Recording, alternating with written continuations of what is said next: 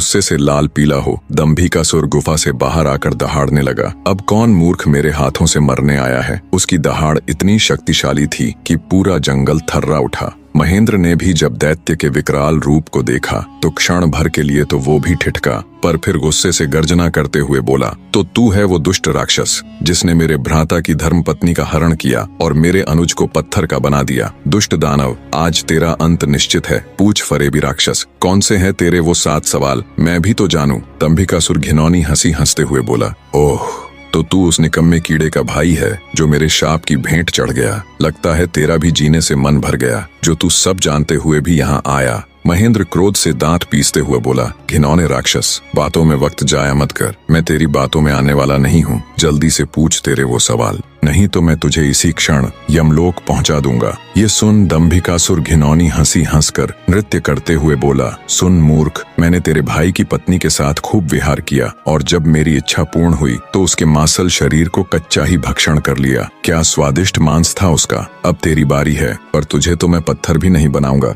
सीधे तेरे टुकड़े टुकड़े कर डालूंगा। दैत्य दंभिकासुर के बोले गए ये बोल महेंद्र की छाती में किसी भाले की तरह लगे। अपने भ्राता की पत्नी के बारे में कहे गए शब्दों से उसके तन बदन में आग लग गई। सब कुछ अच्छे से जानते हुए भी महेंद्र अपने ऊपर काबू नहीं रख सका और दैत्य दंभिकासुर को मारने के लिए तेजी से उसकी तरफ लपका। जैसे ही उसने दैत्य के ऊपर अपनी पूरी ताकत लगा तलवार से वार किया, वैसे ही अपने भाई की तरह पल भर में वो भी पत्थर का बन गया। उसके पत्थर का बनते ही दंभिकासुर हंसते हुए बोला, तुम दोनों भाइयों की किस्मत में यही था कि तुम दोनों युगों युगों तक मेरी गुफा के प्रहरी बनकर रह जाओगे। इतना बुदबुदाकर दंभिकासुर अपनी गुफा में जाता है और राजकुमारी चंद्रकला को भी ये सब बता देता है और कहता है, तेरे दोनों रक्षक तो मेरे सामने ढेर हो गए, अब तू किसकी आस लगाए बैठी है, मूर्ख स्त्री। राजकुमारी चंद्रकला के रो रोकर आंसू सूख चुके थे।